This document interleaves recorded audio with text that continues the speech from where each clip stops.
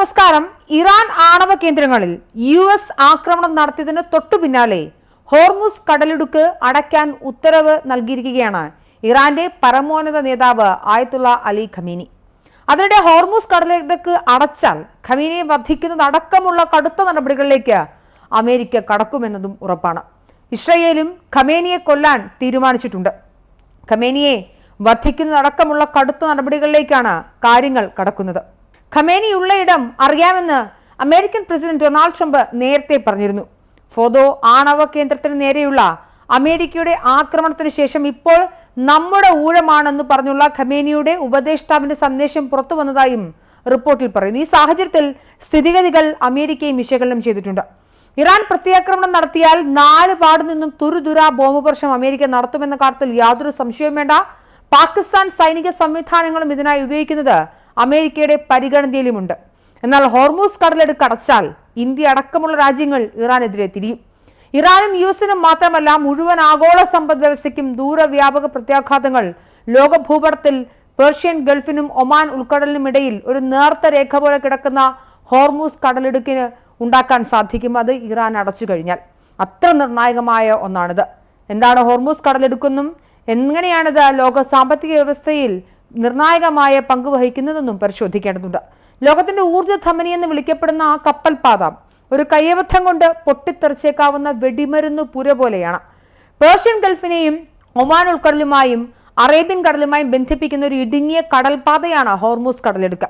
വടക്ക് ഇറാനും തെക്ക് UAEയും ഒമാന്റെയും ഇടയിലാണ് ഇത് സ്ഥിതി ചെയ്യുന്നത്. അതിന്റെ ഏറ്റവും ഇടുങ്ങിയ സ്ഥലത്ത് കടലിടുക്കിന് ഏകദേശം 33 കിലോമീറ്റർ, അതായത് 21 മൈൽ മാത്രം വീതിയേ ഉള്ളൂ. ഓരോ ദിശയിലും വെറും 3 കിലോമീറ്റർ, അതായത് 1.8 മൈൽ വീതിയുള്ള കപ്പൽ പാതയുണ്ട്. എണ്ണകളാൽ സമ്പന്നമായ ഗൾഫ് രാജ്യങ്ങളിൽ നിന്നും തുറന്ന സമുദ്രത്തിലേക്കുള്ള ഏക കടൽപാതയായി കടലിടുക്ക് പ്രവർത്തിക്കുന്നുമുണ്ട്. ഇത് ആഗോള ഊർജ്ജ വിതരണത്തിലെ ഏറ്റവും പ്രധാനപ്പെട്ട ചോക്ക് പോയിന്റുകളിലൊന്നാണ്. ലോകത്തിലെ പെട്രോളിയത്തിന്റെ 20% പ്രതിദിനം ഏകദേശം 17 ദശലക്ഷം ബാരൽ എണ്ണയാണ് ഹോർമുസ് കടലിടുക്ക് വഴി കടന്നു പോകുന്നത്. അതായത് ലോകത്തിലെ മൊത്തം എണ്ണ വിപണിയുടെ 1/3 ദ്രവീകൃത പ്രകൃതിവാതകത്തിന്റെ അഥവാ LNGയുടെ ഭൂരിഭാഗവും ഈ കുടുസായ കടലിടുക്കിലൂടെയാണ് ഒഴുകുന്നത്. എണ്ണവില ഉയരുമ്പോൾ സാധാരണക്കാരായ ആളുകൾ മുതൽ വലിയ കോടീശ്വരന്മാരായ വ്യവസായികൾ വരെ ഹോർമുസിലേക്ക് നോക്കുന്നതിന് മറ്റൊരു കാരണവുമില്ല. കാരണം അത്ര നിർണായകമാണ് ഈ പ്രദേശം. Saudi Arabia, Iraq, UAE, Kuwait, Qatar എന്നീ പ്രധാന കയറ്റുമതിക്കാരാണ് ഇത് പ്രധാനമായി ഉപയോഗിക്കുന്നത്. ഇവിടെ തടസ്സം സൃഷ്ടിക്കുന്നത് ആഗോള എണ്ണ വിപണിയെ, വിലയെ, ലഭ്യതയൊക്കെ വളരെ സാരമായി ബാധിക്കും. ലോകത്തിലെ ഏറ്റവും വലിയ ദ്രവീകൃത പ്രകൃതിവാതക കയറ്റുമതിക്കാരായ ഖത്തർ ഈ പാത ഏതാണ്ട് പൂർണ്ണമായി ഉപയോഗിക്കുന്നുമുണ്ട്. യുദ്ധത്തെ തുടർന്ന് ഇത് അടച്ചുപൂട്ടൽ യൂറോപ്പിലും ഏഷ്യയിലുടനീളമുള്ള ഊർജ്ജ വിതരണത്തെ ബാധിക്കും. ബഹ്റൈൻ ആസ്ഥാനമായുള്ള US നാവികസേനയുടെ 5ാമത്തെ കപ്പൽപ്പട ഈ മേഖലയിൽ പതിവായി പെട്രോളിംഗ് നടത്തുന്നുണ്ട്. ഇനി ഹോർമുസ് അടയ്ക്കുമെന്നോ അതിലൂടെയുള്ള കപ്പൽ ഗതാഗതം തടസ്സപ്പെടുത്തുമെന്നോ ഉള്ള ഇറാന്റെ ഭീഷണി നിലനിൽക്കുന്നുണ്ട്. അതായത് ഈ കടലെടുക്ക് അടയ്ക്കാൻ ഇറാന് കഴിയുമോ എന്നൊരു ചോദ്യം ഉയർന്നു. Technically naval mines, fast attack boats, anti ship missiles എന്നിവയിലൂടെ കടലിടുക്കിലെ ഷിപ്പിംഗ് തടസ്സപ്പെടുത്താൻ ഇറാന് സൈനിക ശേഷിയുണ്ട് എന്നത് യാഥാർത്ഥ്യമാണ്. ഉപരോധങ്ങളുടെയും ആണവ ചർച്ചകളുടെയും ഒക്കെ പേരിൽ US ഉയർന്ന പിരിമുറുക്കമൊക്കെ നിലനിൽക്കുന്ന ഈ കാലഘട്ടത്തിൽ, പ്രത്യേകിച്ച് 2011-2019 ഇടയിൽ ഇറാൻ അങ്ങനെ ചെയ്യുമെന്നൊക്കെ ഭീഷണിപ്പെടുത്തിയിട്ടുണ്ട്. ഇപ്പോഴും എന്താ ഭീഷണി ഉയർത്തുകയും ചെയ്യുന്നുണ്ട്. പക്ഷേ ഇത് സംഭവിച്ചാൽ പൂർണ്ണ തോതിലുള്ള അടച്ചുപൂട്ടൽ അന്താരാഷ്ട്ര സൈനിക പ്രതികരണത്തിന് കാരണമായേക്കും ഇറാന്റെ മേൽ. ഇതിന് മറുപടിയായി നൽകേണ്ടി വരുന്ന വിലയെക്കുറിച്ച് എന്തായാലും ഇറാൻ ബോധവാന്മാരാണ്. കടലിടുക്ക് അടച്ചാൽ, അതിൽ ആക്രമിച്ചാൽ ഇറാൻ കടുത്ത സൈനിക പ്രത്യാഘാതങ്ങൾ നേരിടേണ്ടി വരും. US സഖ്യകക്ഷികളും കടലിടുക്ക് വീണ്ടും തുറക്കാൻ സൈനികമായി പ്രതിരോധിക്കും. US, UK, NATO സഖ്യകക്ഷികൾ എന്നിവയുൾപ്പെടെ ആഗോള ശക്തികളുമായി ഇറാൻ നേരിട്ട് ഏറ്റുമുട്ടലിന് സാധ്യതയുണ്ട്.